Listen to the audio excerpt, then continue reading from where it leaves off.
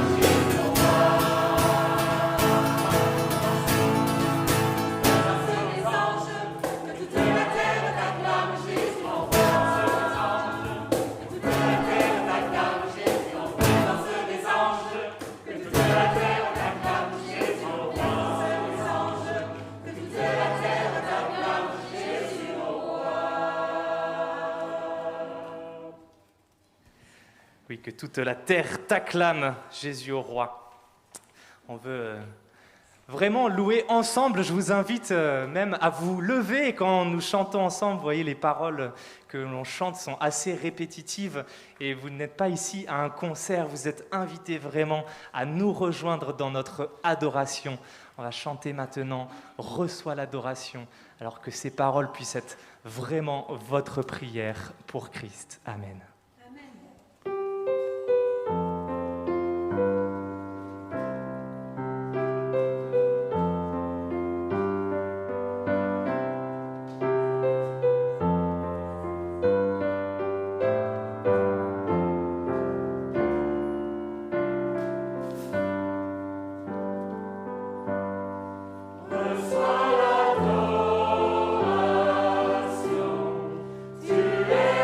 Roi.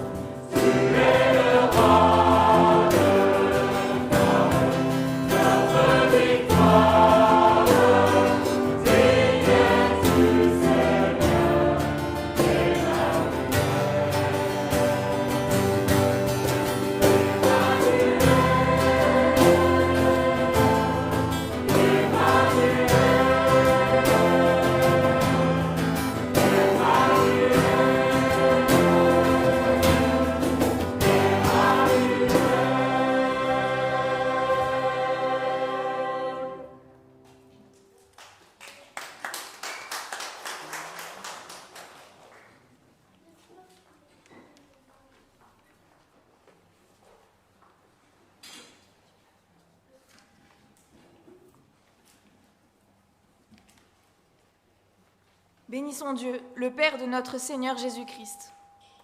Il nous a bénis en nous accordant toute bénédiction spirituelle dans les cieux, dans notre union avec le Christ. Avant la création du monde, Dieu nous a déjà choisis pour être à lui par le Christ, afin que nous fassions ce que Dieu veut et que nous soyons sans défaut à ses yeux. Dans son amour, Dieu a décidé par avance qu'il ferait de nous ses enfants par Jésus-Christ. Dans sa bienveillance, voilà ce qu'il a voulu. Louons donc Dieu pour le don magnifique qu'il nous a généreusement fait en son Fils bien-aimé. Car par le sang versé du Christ, nous sommes délivrés du mal et nos péchés sont pardonnés. Dieu nous a ainsi manifesté la richesse de sa grâce qu'il nous a accordée avec abondance en nous procurant une pleine sagesse et une pleine intelligence. Dans sa bienveillance, il nous a fait connaître le projet du salut qu'il avait décidé par avance de réaliser par le Christ. Ce projet que Dieu conduira à son accomplissement à la fin des temps consiste à rassembler tout ce qui est dans les cieux et sur la terre sous une seule tête, le Christ. Par notre union avec le Christ, nous avons reçu la part qui nous était promise, car Dieu nous a choisis par avance selon ce qu'il a décidé. Et Dieu réalise toutes choses conformément à ce qu'il a décidé et voulu. Louons donc la grandeur de Dieu, nous qui avons été les premiers à mettre notre espérance dans le Christ. Vous aussi, quand vous avez écouté sa parole, qui est la vérité, la bonne nouvelle qui vous a apporté le salut, vous avez mis votre foi en Christ. Alors, Dieu a mis sa marque personnelle sur vous, en vous donnant l'Esprit Saint promis. L'Esprit Saint nous garantit l'héritage que Dieu a réservé à son peuple. Il nous assure que nous le posséderons quand notre délivrance sera complète. Louons donc la grandeur de Dieu.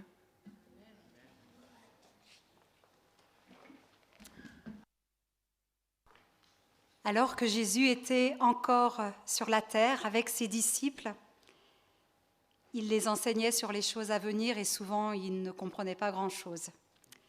Mais il a dit une parole, « Il est bien meilleur que je m'en aille », dans l'attente justement de cette promesse du Saint-Esprit. Alors c'était un petit peu cruel sur le plan émotionnel et aussi au niveau de la pensée parce que qui pouvait être meilleur que leur maître? Mais voilà, Jésus est remonté vers son Père. Jésus a la promesse qui était faite de son esprit est arrivée, est advenue. Alors je vous invite à prier et appeler justement cet Esprit Saint sur la suite de cette célébration et dans nos vies. Alors oui, nous sommes un peu comme ces disciples dans l'attente, dans un lieu spirituel de la chambre haute. Et nous voulons à nouveau appeler ton Esprit Saint sur nos vies. Alors Seigneur, viens transformer nos vies. Nous choisissons de nous diriger vers ces eaux paisibles que tu nous promets.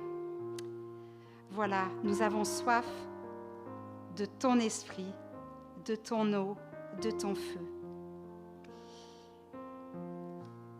Au nom de Jésus, Amen. Alors on va encore chanter et écouter des témoignages aussi parce que sans le Saint-Esprit, nous ne pouvons rien faire.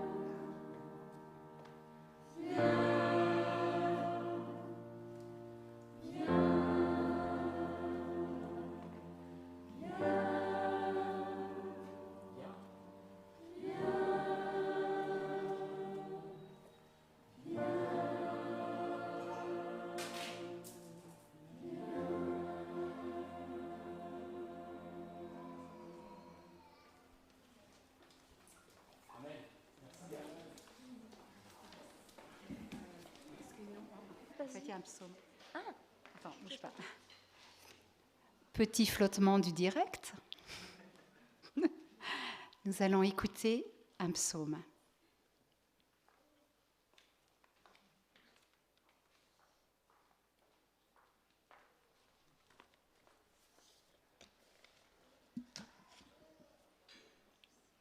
Il s'agit du psaume 116. J'aime le Seigneur, car il entend ma voix quand je le supplie. Il a tendu vers moi une oreille attentive. Toute ma vie, je l'appellerai. Les liens de la mort m'avaient enserré, le monde des morts resserrait sur moi son étreinte. J'étais pris de détresse et d'angoisse. Alors, j'ai appelé le Seigneur par son nom. Seigneur, sauve-moi la vie. Le Seigneur est bienveillant et juste. Notre Dieu a le cœur plein d'amour.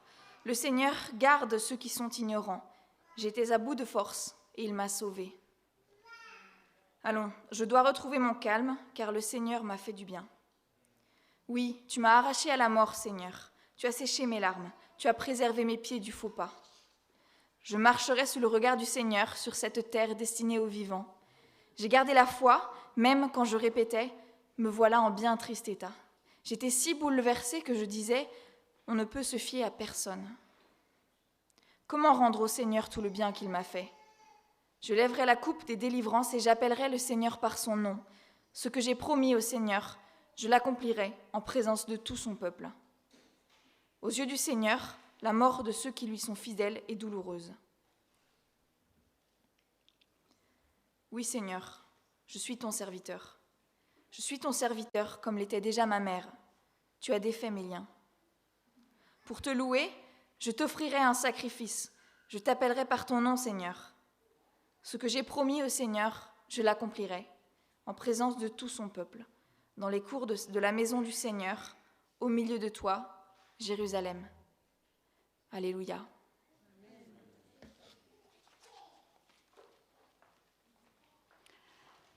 Prions.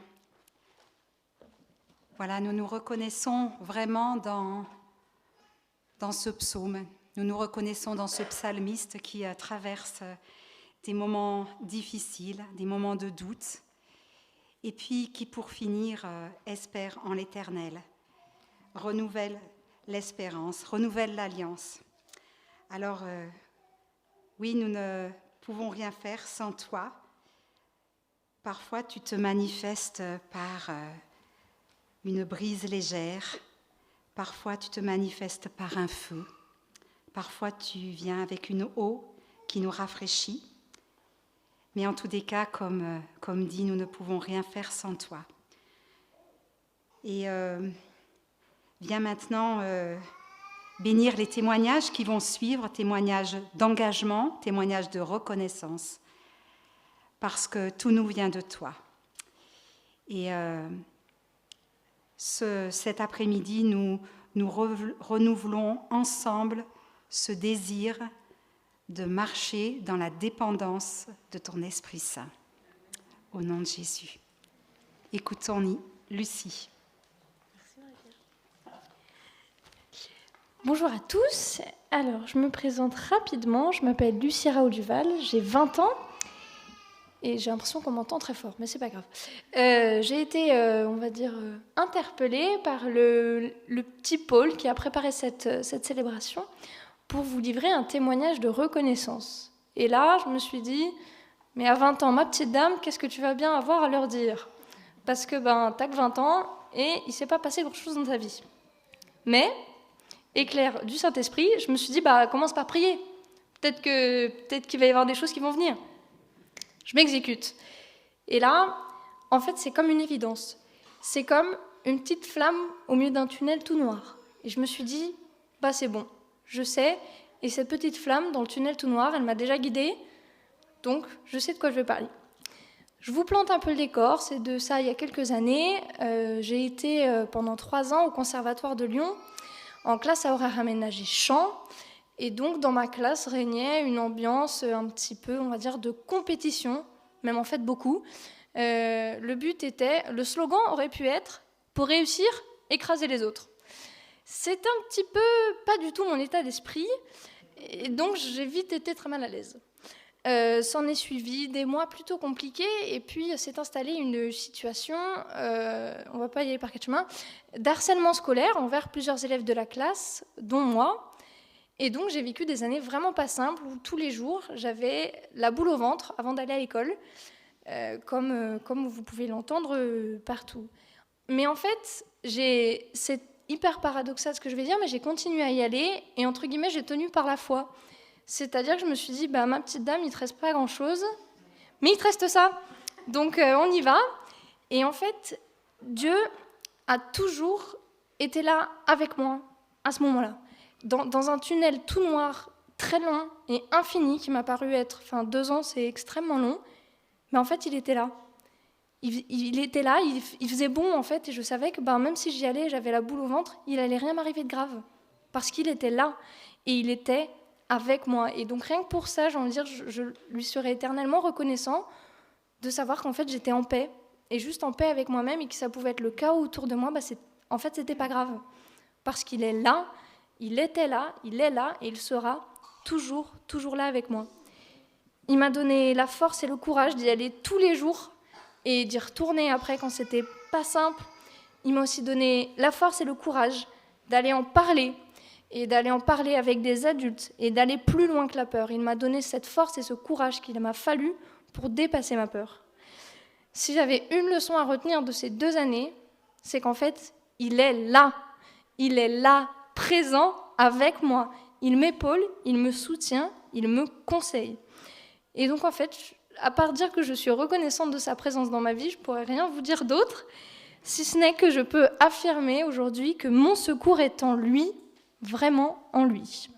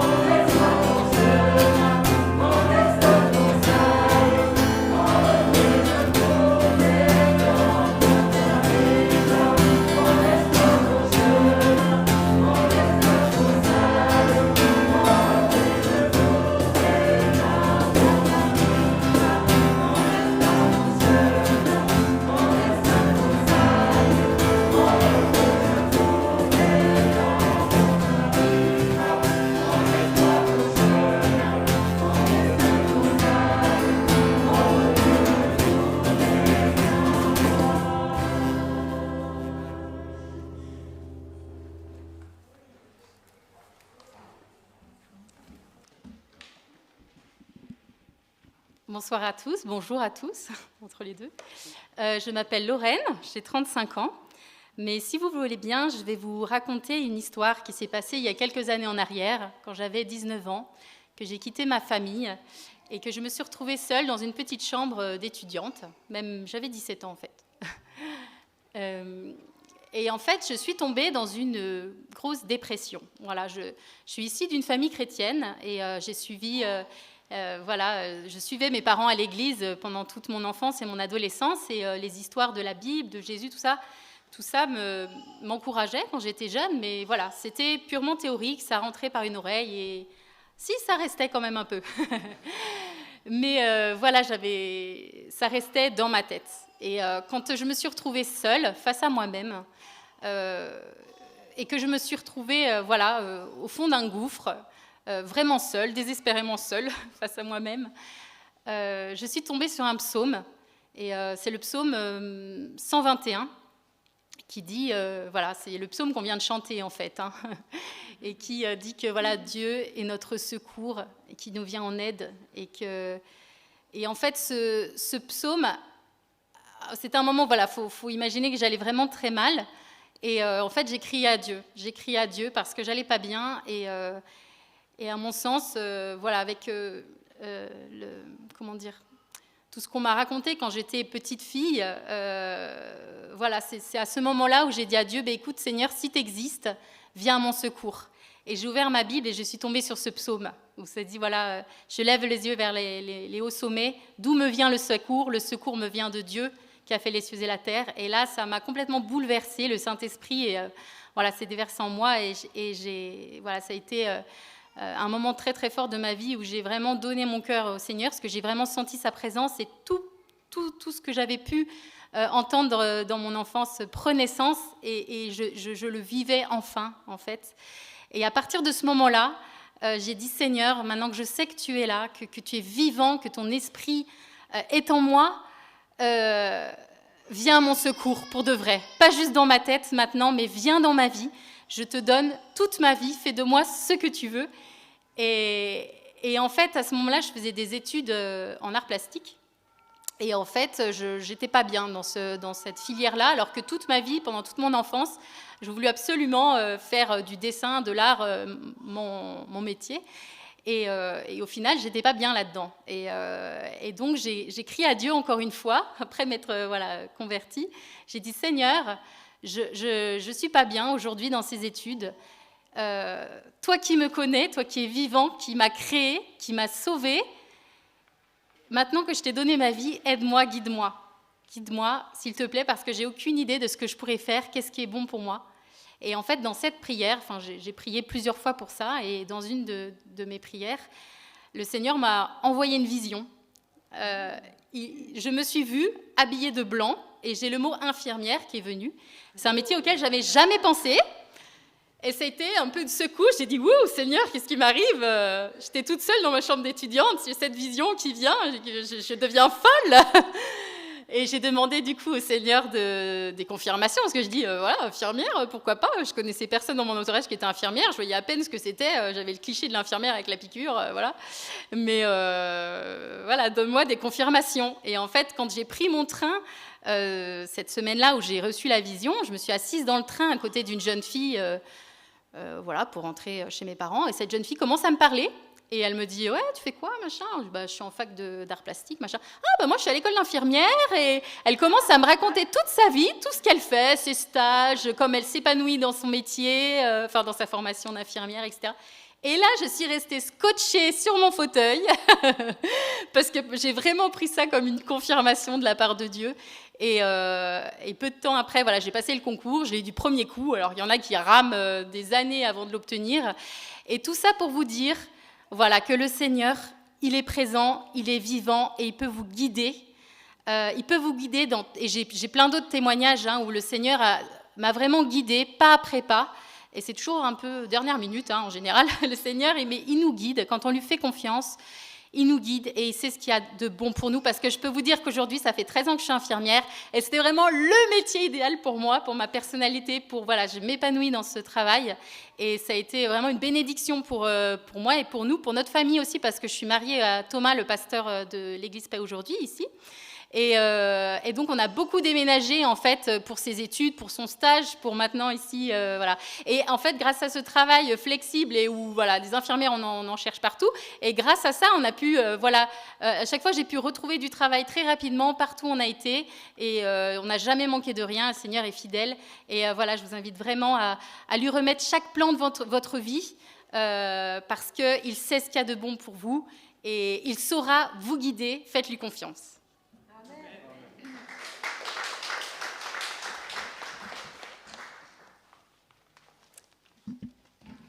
Voilà, quand on témoigne, on se fortifie soi-même et on fortifie les autres. Je ne sais pas vous, mais moi j'ai envie de prendre rendez-vous avec Lorraine pour qu'elle me raconte toutes ces histoires incroyables, ou avec Lucie, et c'est vraiment un moyen pour que le corps de Christ que nous formons l'Église s'édifie. Je vais vous inviter à vous lever parce que nous allons prier, nous allons avoir notre prière d'intercession. C'est du sérieux, alors on se lève pour signifier notre adhésion. Père éternel, nous voulons maintenant intercéder en ton nom, comme tu nous le demandes, avec une foi vivante, parce que tu es un Dieu qui écoute et qui agit. Nous voulons prier pour notre ville de Marseille, là où tu nous places les uns les autres. Nous prions pour les autorités municipales, le maire et ses équipes, dans chaque secteur de notre cité. Viens mettre en eux ta justice dans la gestion des affaires et dans les décisions à prendre pour le bien des citoyens.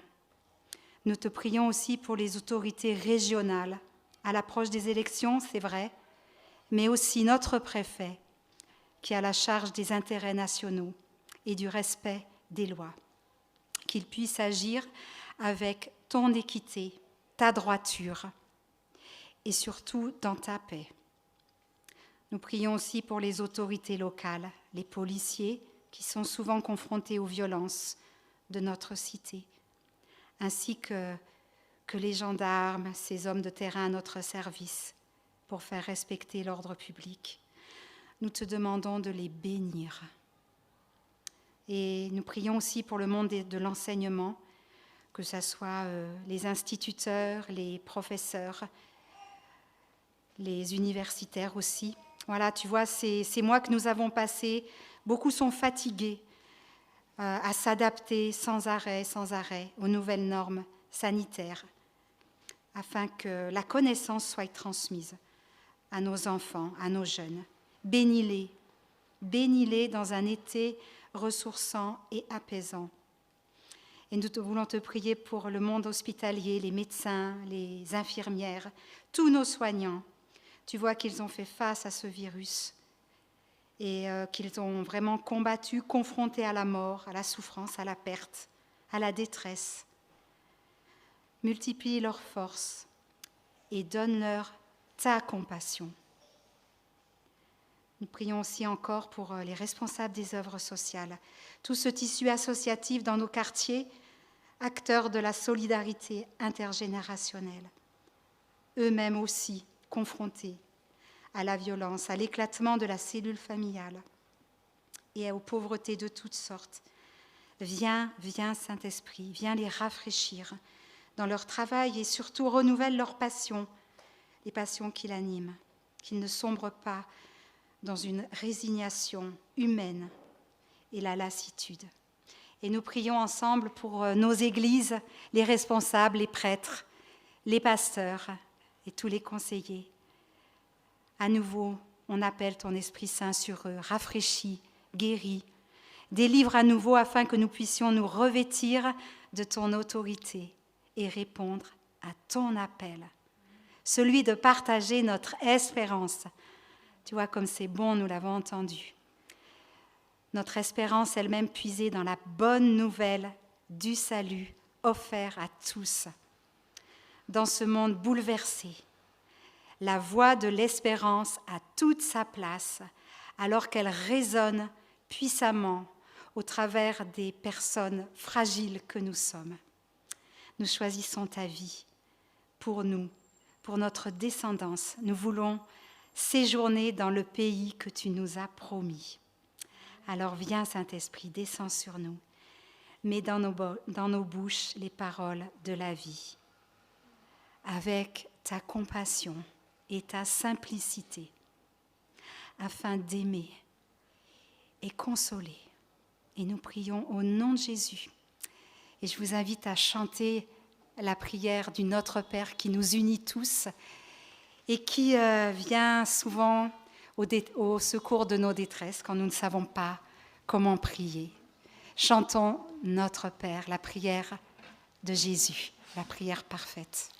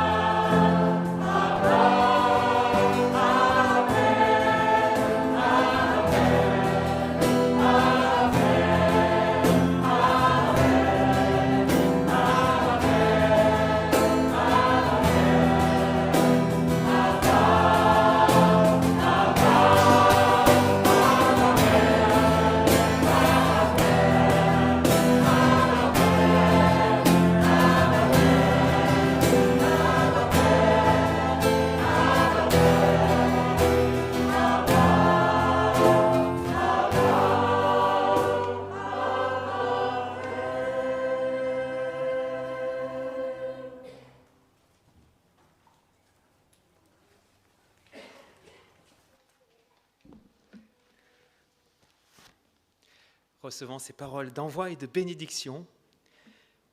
Nous sommes baptistes, adventistes, protestants unis, réformés, évangéliques, catholiques de Mazargues, de Saint-Férol, libristes, protestants malgaches, orthodoxes, évangéliques. Aurais-je oublié une église? Nous sommes ici ou à la maison. Nous étions perdus, il nous a retrouvés. Nous étions essoufflés, il nous a donné son souffle de vie. Nous étions dispersés, il nous a unis. Nous étions seuls, en lui, par lui, grâce à lui aujourd'hui. Nous appartenons à sa grande famille. Maintenant donc, en Jésus, les uns avec les autres, conduits par sa paix et sûrs de sa grâce, recevons cette parole de bénédiction. Dieu te bénit, mon frère, ma sœur, et te garde. Il rayonne sur toi, t'accorde sa grâce, te donne la paix, dès maintenant et à jamais. Amen.